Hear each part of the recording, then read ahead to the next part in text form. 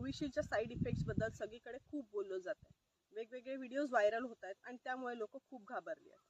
AstraZeneca Covishield लस बनवणाऱ्या कंपनीने हे मान्य केलं की त्यांच्या लसीमुळे रक्तामध्ये गाठी होतात आणि त्यामुळे हार्ट अटॅक किंवा स्ट्रोक होण्याचे चान्सेस आहेत.